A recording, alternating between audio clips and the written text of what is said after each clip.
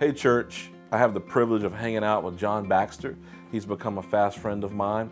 He's a beloved partner here at Hamilton Hills Church, and I thought it would be good for you to hear from him about how our church has made such a big difference in his life. John, how about telling us a little bit about how you got here and what brought you to Fishers? All right, well, up until last summer I lived in Goshen, Indiana, and my wife and I and my family have been in Goshen for nearly 40 years. About 4.5 years ago, my wife suffered a massive hemorrhagic stroke, a brain bleed, and it just really devastated her. It forced me or didn't force me, but I chose to retire early from my job and become her full-time caregiver, which I did that for over 3 years, 24/7, 365.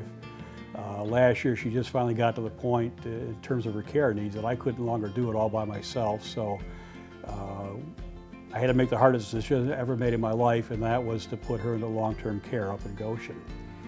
And that went along for a while, but my daughter, who goes to church here, Jennifer Nye, along with her husband Chris, Great couple. started encouraging me to think about moving down to Fishers because she could help me with the care for my wife. Her name is Deanna. And also give us a chance to spend more time with her and our grandchildren, which there's 3, Kaylee, Lily, and Brecken. Very proud of them. I'll plug my grandkids. But Jennifer wanted a chance to spend more time with Mom too, which, 3 hours doesn't sound like a long way away, but you just don't get up there all the time. So we prayed about it and finally decided just to ask my wife if she was willing to do that, because Goshen had been home for her since 1969. And we both kind of thought that she wasn't going to be interested in doing that, but we decided to ask her, and we did, and she said, yeah, she thought she'd like to do that. So last year we packed up everything and moved to Fishers. Yeah, and what was one of the biggest challenges in moving to Fishers, relocating like that?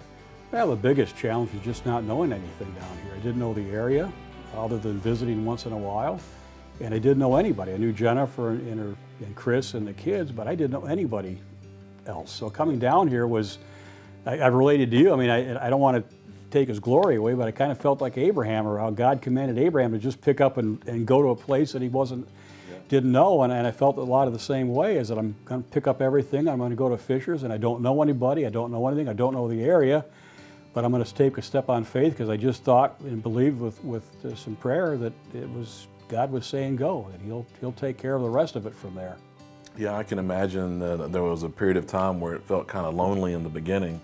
And what was one of your prayers like as you talked to God about your Well, move? one of the most sincere prayers I had was, obviously I had a lot of prayers for my wife and things, but I prayed that God would bring me some friends, some male friends, and not just a casual type of friendships where you see somebody on a Sunday morning at church and say, how you doing? You don't really mean it, but some friendships that, we can share each other's life, we can help each other grow in the Lord, and friendships that have meaning and depth, just not superficial friendships. We see a lot of superficial friendships nowadays, and I just didn't want that. I had plenty of those in Goshen.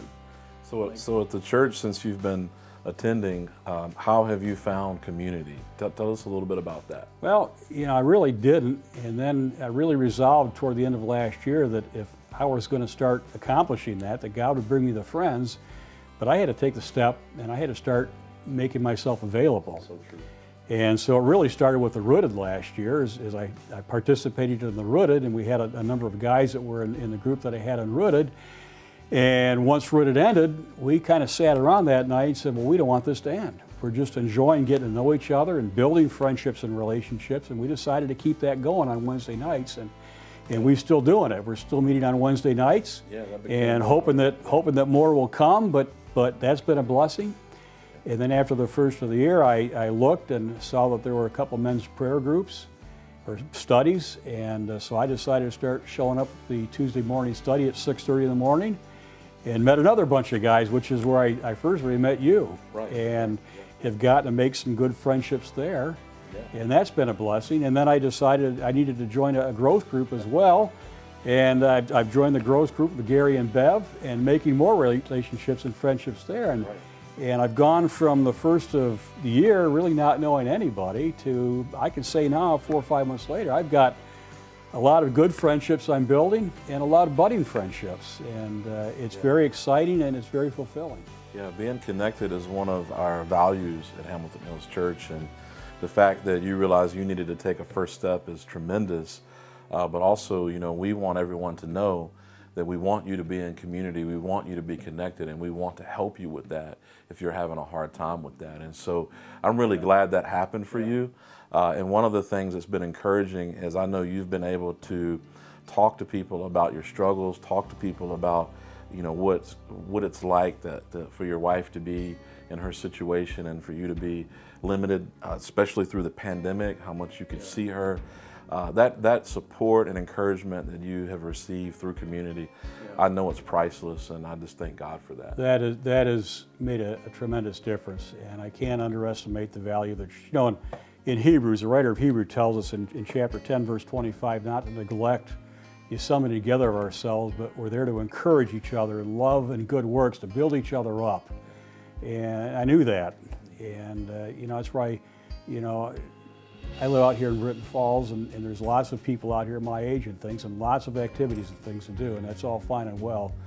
But as I've learned over the years, there's nothing like a brother or a sister in Christ to build a relationship with. All these other folks out here are great, and there's some brothers and sisters out here too, but you got to have the church, and that it has to start with the church and your relationships there, in my mind. What would you tell the church, John, if you just could look at the church right now, and what would you tell them about the importance of community?